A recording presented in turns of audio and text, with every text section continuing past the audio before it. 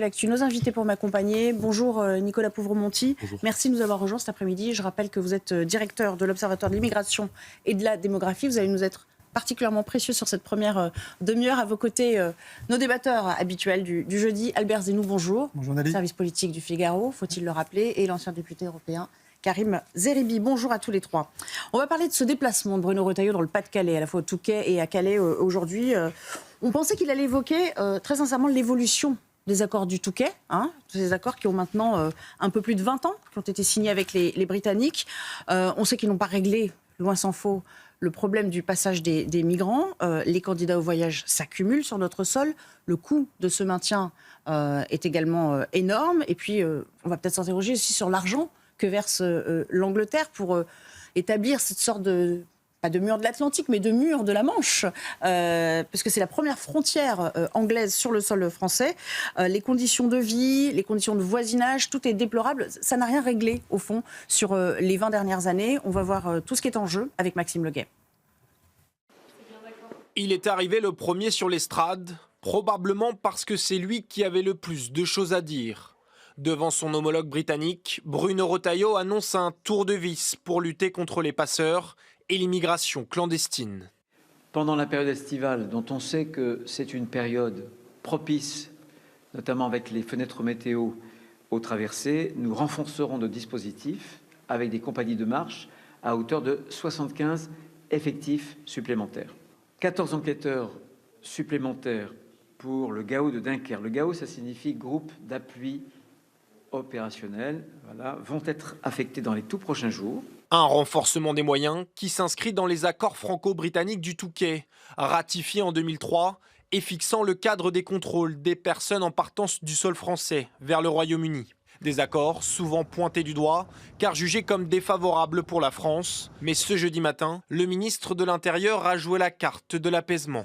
Nous sommes d'accord sur les objectifs et nous parvenons toujours au final à nous entendre, ce qui est très bien. Chaque année, plusieurs dizaines de milliers de personnes partent des côtes françaises pour rallier clandestinement la Grande-Bretagne. Nicolas Pouvremonti, le sujet le montre bien. En fait, il s'est contenté de réitérer et de faire une sorte de point d'étape de ce qu'il avait déjà annoncé il y a quelques mois en se rendant sur place, c'est-à-dire effectivement ce préfet du littoral dédié, ses moyens renforcés de surveillance. Bon, très bien, les effectifs, ça ne va pas régler le problème de fond. On s'attendait peut-être à ce qu'ils remettent en cause les accords du Touquet, ou en tout cas à ce qu'ils veuillent tout remettre sur la table. Il n'en a rien été. Il s'est contenté de dire qu'il fallait y associer les autres pays européens. Ça veut dire que la France n'a vraiment pas de levier en la matière. On ne peut pas tordre le bras de l'Angleterre ? La France a des leviers de négociation en la matière, mais ce qui est certain, c'est que la dénonciation unilatérale du traité du Touquet causerait à court terme plus de problèmes qu'elle n'apporterait de solutions. C'est-à-dire que ça enverrait plutôt un signal d'attractivité. Ça voudrait dire que en attendant un nouveau régime, la frontière serait ouverte à Calais. En tout cas, c'est comme ça que ce serait perçu. Donc finalement, le ministre essaye de naviguer entre deux eaux. Mais ce qui est certain, c'est que pour l'instant, le cadre global du traité du Touquet et son principe qui consiste à établir que les contrôles sont effectués depuis le pays de départ vers le pays d'arrivée, donc en l'occurrence depuis la France vers l'Angleterre et depuis l'Angleterre vers la France, ce constat-là reste d'actualité. Et le déséquilibre qui va avec reste aussi d'actualité, parce que évidemment, l'Angleterre étant une île et l'Angleterre ayant un potentiel d'attractivité migratoire très fort, les flux qu'il s'agit de contrôler, les flux d'immigration irrégulière qu'il s'agit de contrôler, sont très très très largement au départ de la France vers l'Angleterre. Bon, ça induit beaucoup de coûts pour les maires des communes. L'Angleterre contribue financièrement à pouvoir faire ce containment, comme on dit, à contenir ce flot de candidats au voyage.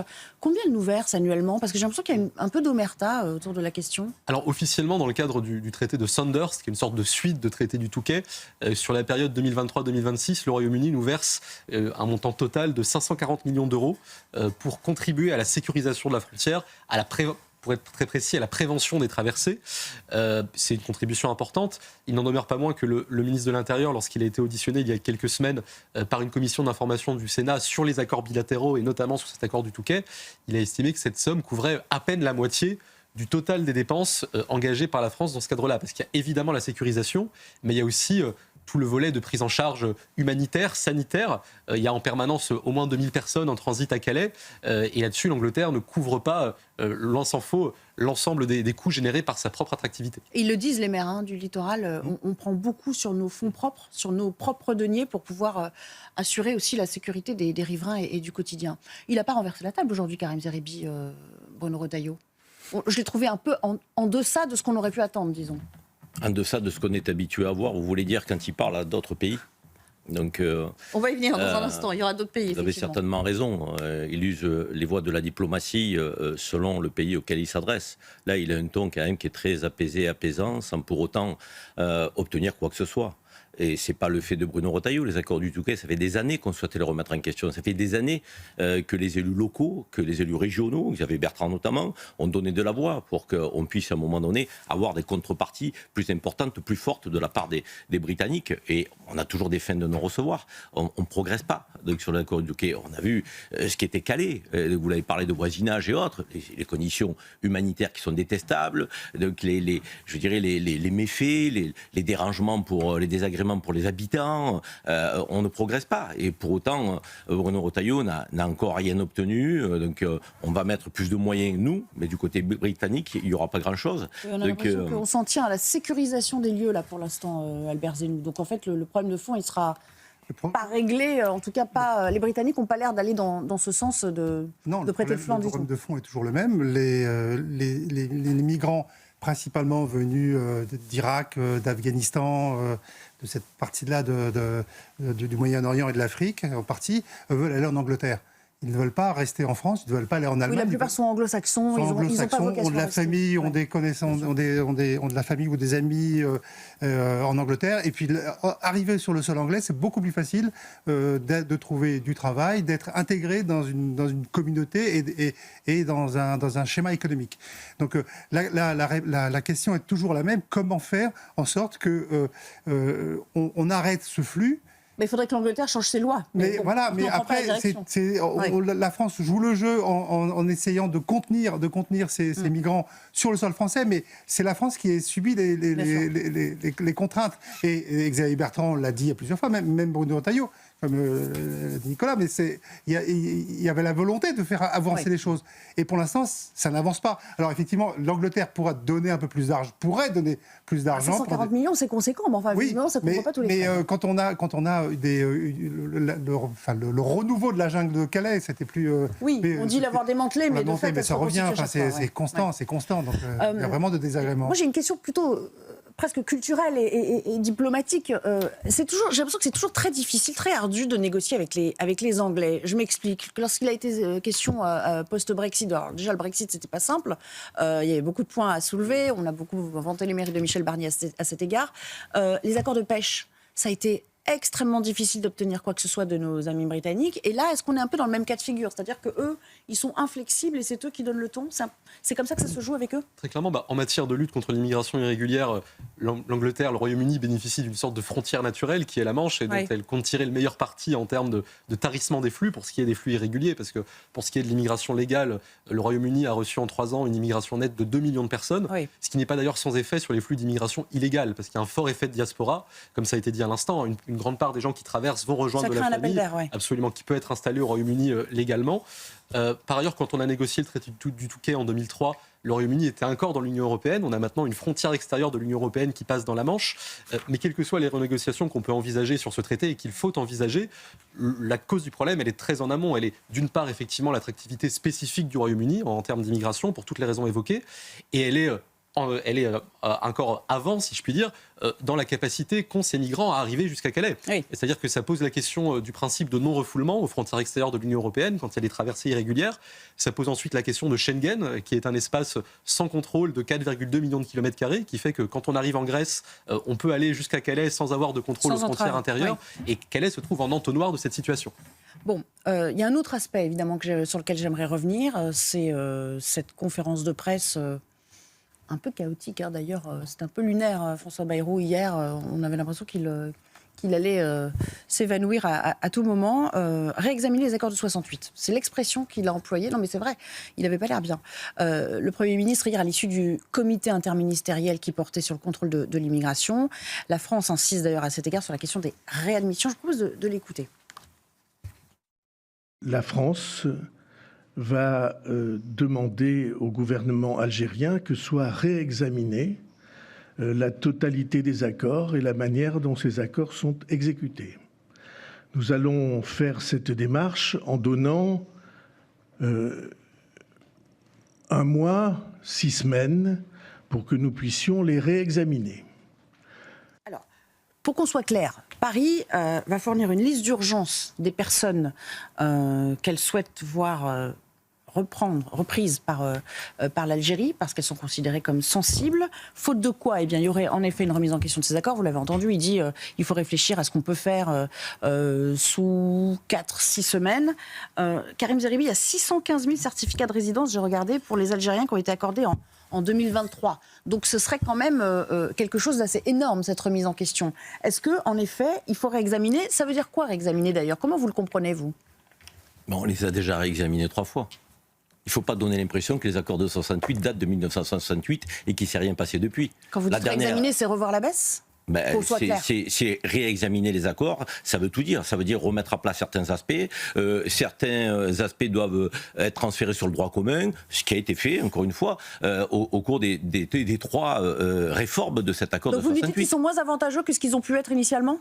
Non, mais comment oui. il faut le comprendre? Oui, que l'accord soit moins avantageux que à son origine, oui, à l'évidence. Mais la France a demandé une réexamination, l'Algérie a accepté. La dernière fois, c'était le 11 juillet 2001. Donc, ça veut dire que l'Algérie a été prête 3 fois de réexaminer l'accord. Et tout dépend comment on se parle. Vous avez vu le ton de Retailleau lorsqu'il parle aux Anglais. Donc, il est très précautionneux, très respectueux, très poli. Il dit que c'est un accord bilatéral et qu'on ne peut pas unilatéralement décider. Là, quand il s'agit d'Algérie, on dirait qu'on s'adresse à un paillasson, donc unilatéralement, on va revoir ça, et puis on va mettre un terme. Vous avez vu le ton de comment M. Tebboune s'adresse à la France? Non, M. Tebboune, il a fait une interview. On peut dire les deux, en fait. M. Tebboune, il a fait une interview dans l'Opinion. Je suis très conscient que vous l'avez lu avec attention.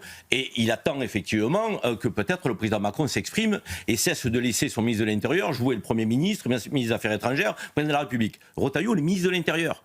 Moi, j'aimerais entendre les voix diplomatiques de la France pour s'adresser à l'Algérie, pour apaiser la relation et remettre, pourquoi pas, à plat les accords de 68. Mais vous savez que les accords de 68, pour certains aspects, on a un spécialiste, je pense qu'il aura l'honnêteté de le dire, sur certains aspects, le droit commun est plus intéressant que les accords de 68. Et je dirais, il y a 3 aspects. Je parle sous votre contrôle.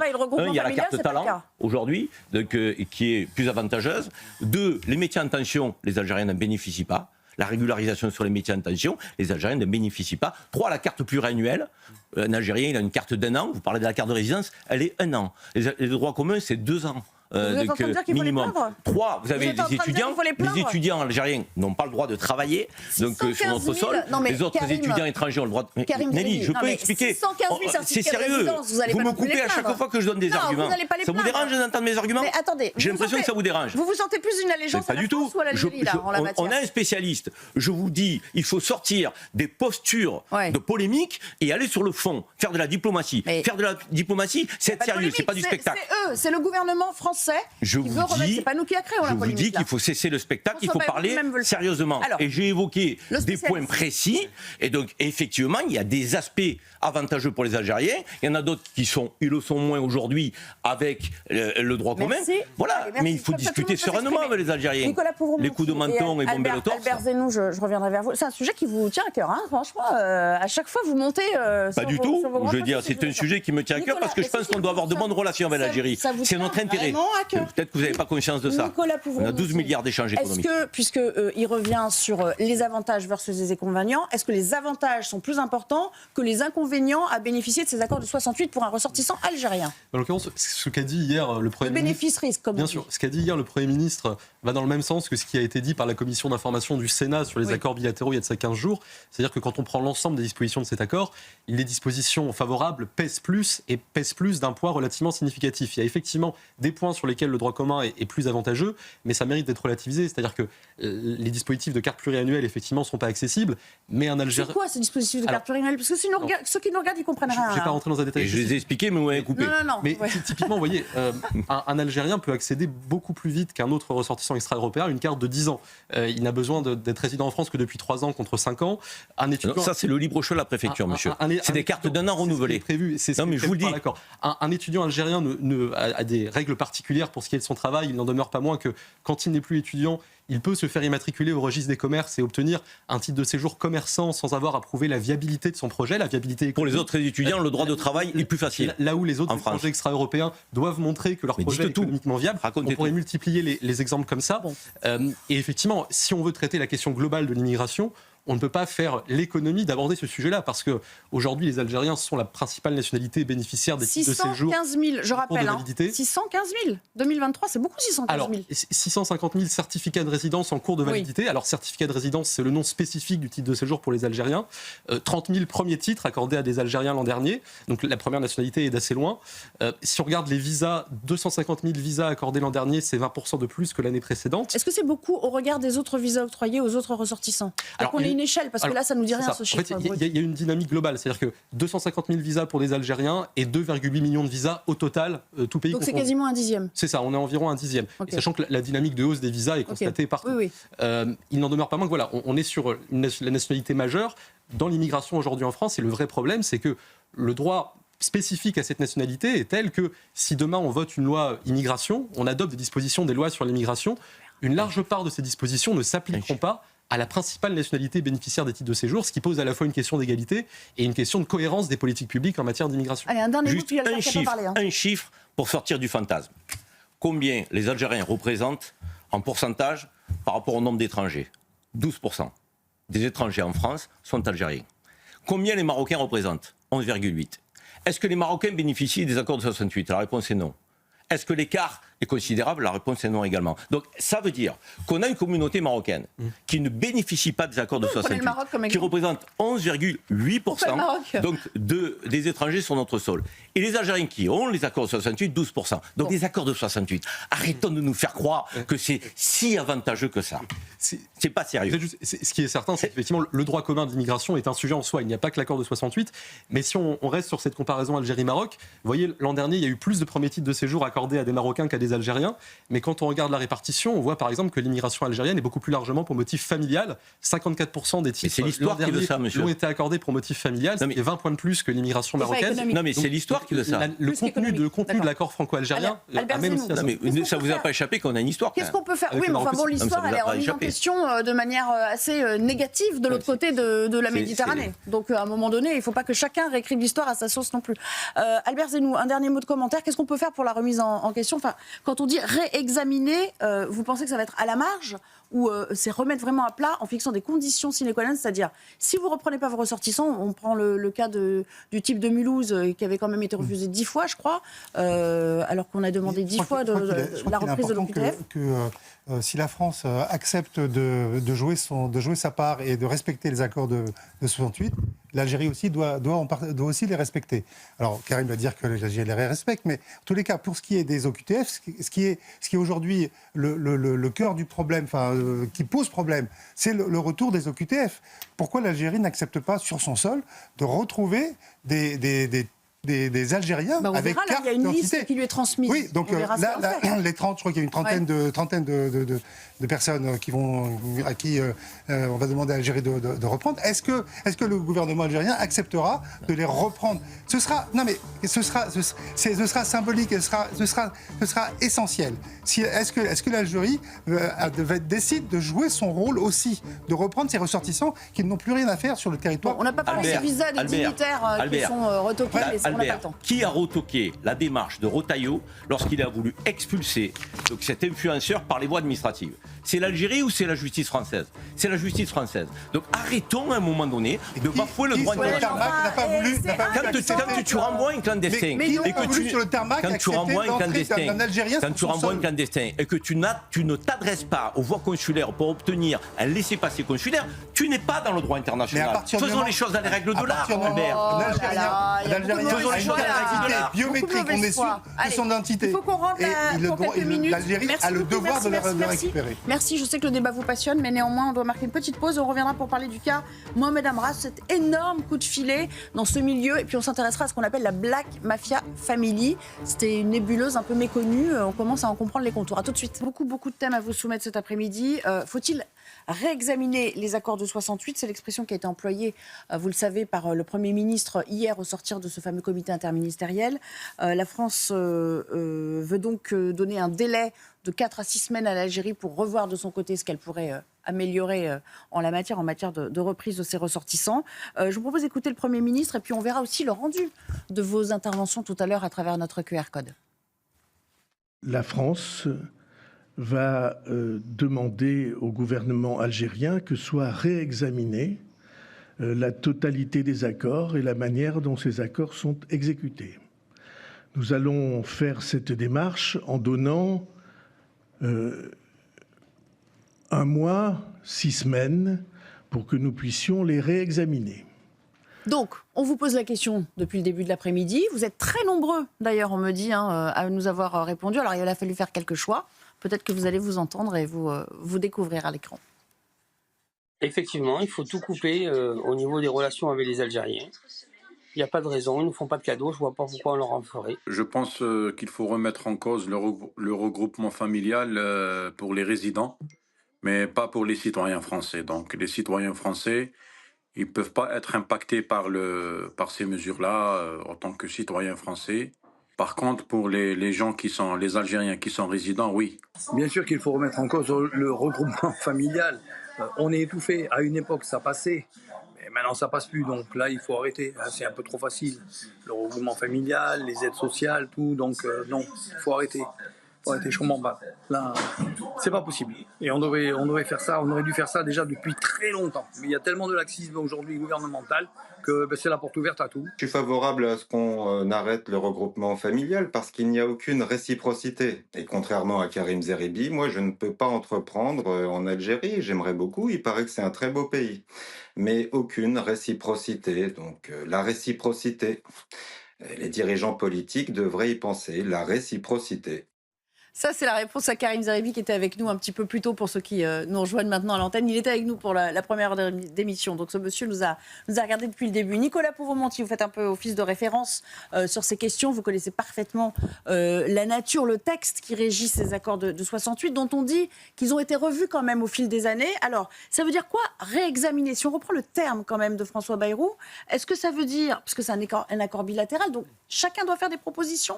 Comment ça va se passer ? C'est toute l'ambiguïté de la formulation initiale du Premier ministre. C'est-à-dire qu'il y a eu effectivement, depuis 68, 3 avenants à cet accord, en 85, en 94 et en 2001 le dernier.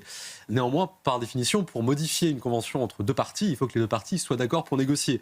Il ne me semble pas qu'aujourd'hui, le gouvernement algérien soit dans une optique de renégociation sur quelque sujet que ce soit, et en particulier pas sur cet accord. Donc la perspective qui s'ouvre, c'est celle d'une éventuelle dénonciation unilatérale par la France de ce traité, ce qui se fait en droit international. Un pays sérieux, quand il signe un traité, le respecte, et quand il souhaite le dénoncer, il peut le faire aussi de... Donc si je vous comprends bien, si dans 6 semaines, les Algériens n'ont pas dit « Ok, sur la liste des 30 non sensibles, on s'engage à les reprendre et puis on vous fait ceci comme proposition sur les accords de 68 », la France peut décider de facto de revoir des provisions de cet accord elle-même. La France peut le faire tout à fait. La question qui se pose est de savoir si le gouvernement, dans cette hypothèse où l'ultimatum ne porterait pas ses fruits, irait jusqu'à tenir cet engagement que le Premier ministre a pris après que certains de vos collègues l'aient poussé pour lui faire dire finalement le mot dénonciation.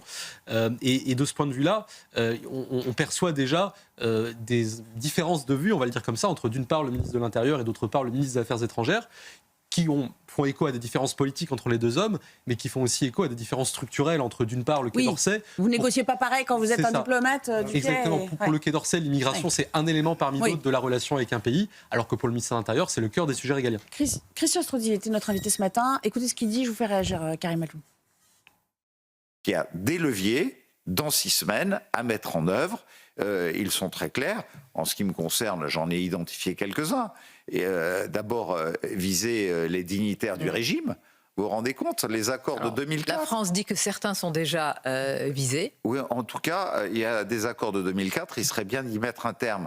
Parce que quand on insulte la France le matin et qu'on prend l'avion pour Charles de Gaulle l'après-midi pour venir faire la fête ou venir faire son business en France, et il faut geler leurs avoirs en France, de même qu'il faut remettre en cause les accords de 1968, ça a été évoqué hier, et on est parfaitement d'accord là-dessus.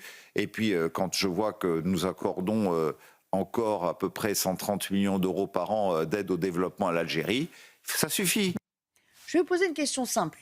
Est-ce que la fin de la guerre d'Algérie, c'est donc 62, donc ça fait... 63 ans. 63 ans, merci. Est-ce qu'après 63 ans, on peut assumer de dire on n'est pas tenu d'avoir des accords préférentiels ad vitam aeternam avec un pays au prétexte qu'on a eu une histoire commune, si par ailleurs il y a d'autres choses qui ne marchent pas? Est-ce qu'on peut assumer de dire ça en tant que... Absolument, on peut tout dire. On ne peut pas imposer de ce qui a été fait les années 50, 60, 70 en 2025. Le monde a changé, il y a eu beaucoup de choses qui ont évolué aussi. Donc les accords de 68, du 27 décembre 68 qui vient, c'est une annexe des accords d'Évian, permettant à l'époque aux Algériens de rentrer facilement. C'était 1968. Mais 1968, il y a eu le tremblement de terre, il y a eu des guerres, il y a eu l'islamisme partout. Parce que ce qu'on oublie de dire, que l'attentat terroriste perpétré par un Algérien sous OQTF à Mulhouse, beaucoup de crimes ont été commis par des OQTF. Donc il se pose le problème d'immigration tout court. C'est pas que... Parce qu'il faut pas... Si les accords 68 est un problème, oui, mais ça ne règle pas le flux migratoire. Aujourd'hui, on est victime d'un trio un peu infernal en France. L'insécurité, l'immigration incontrôlée et l'islamisme.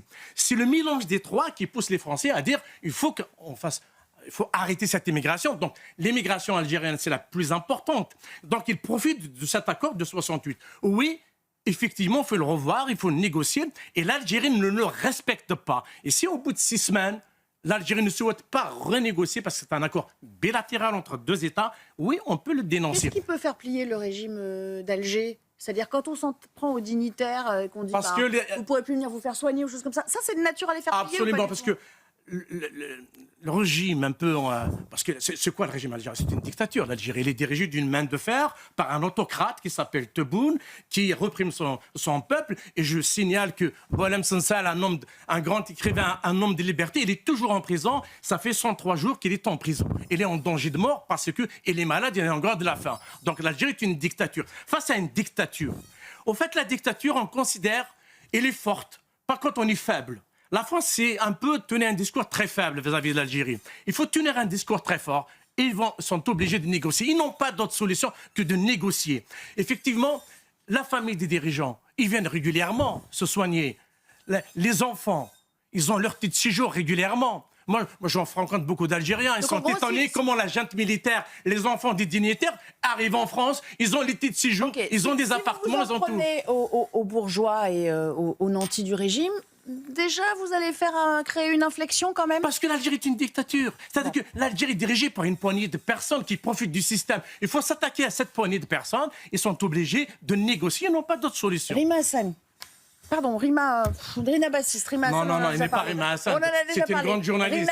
Rina Bassiste, est-ce que ça vous intéresse ce dossier? Vous vous intéressez à ces accords particuliers? Je suis d'accord au fait que ça fait presque 60 ans à cet accord. Bien sûr, on est dans une situation, dans un monde complètement différent parce qu'il y a la deuxième génération d'immigration, il y a la troisième déjà.